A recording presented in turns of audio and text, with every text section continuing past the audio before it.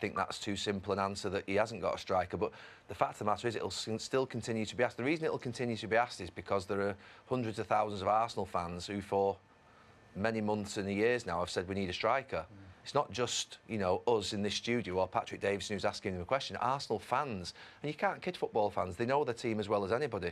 They need a striker. They needed a top-class striker in that changing room, and I do think a top-class striker would have made a big difference. I agree with what they've said here, that actually the step up in performance.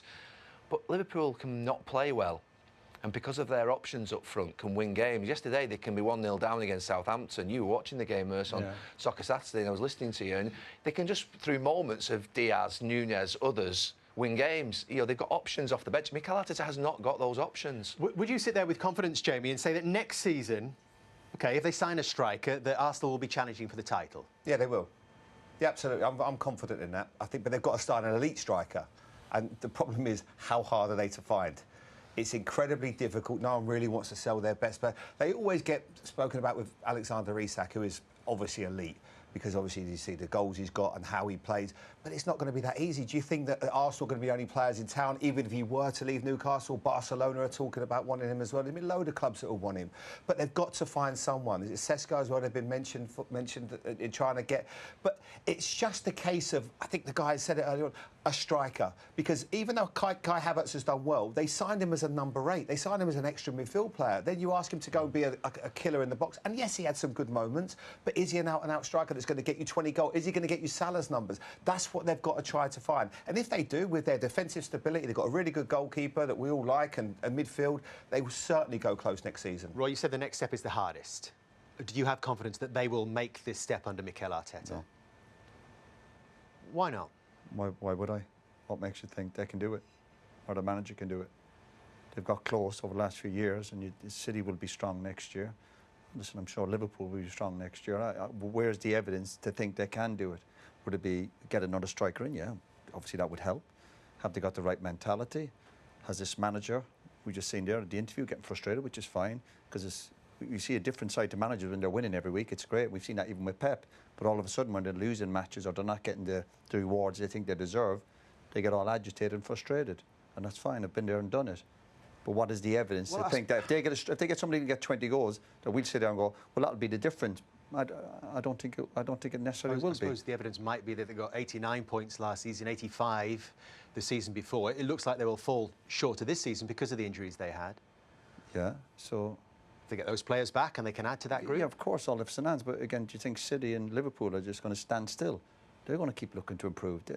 Listen, Pep will bounce back. I think Liverpool will be stronger next year.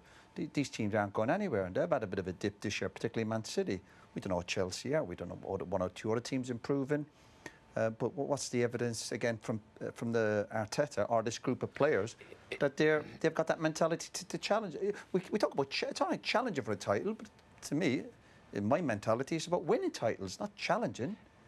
It feels a bit like whack-a-mole for them, really, doesn't it? Whereby they just always sort of like... the first season they didn't win, it was because they didn't have Saliba and they needed someone to back him up, so then they signed defenders. Last season, it was because, so they go and sign players that, you know what I mean? It feels like they're always behind. This season, it's because they haven't got strikers or attacking players, so they're going to go and say... But the other teams are still improving, as Roy says. The other teams are still getting better. So I think that it's not just about a striker, it's probably about a couple of forwards. You know, Liverpool have forwards that can play across... Options, forward options that can play across that front line, that will score goals and chip in. Gakpo chips in. You know, Diaz chips in. Nunez chips in. Jota chips in. They all chip in with goals. Salah does more than chip in, you know what I mean? But a couple of forwards to add to that group and keep the defence and midfield as it is, they have got a chance, but are they going to get those players? And they always feels like they're one step behind. Paul, just have the final say on this, in terms of what Roy's been talking about, that perhaps Roy has a lack of conviction about them taking that next step with Mikel Arteta. What's your take on that? I think they'll be in the title race next season. I think they've got to buy in the summer. They have to buy, and they will be in it if they don't get injured. If injuries, I said it before, if Van Dijk was out for 3 months and Salah were out for 3 months, Liverpool wouldn't be top of the league and lost one game.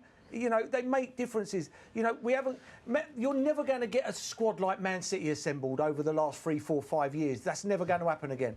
So you'll have to rely on players coming into the team, whoever they may be. Liverpool at the moment have got their team, and as Gary said, them forwards, that's why they're going to win the league. They've all got at least 10 goals and Salah's got 20 or 30 in him.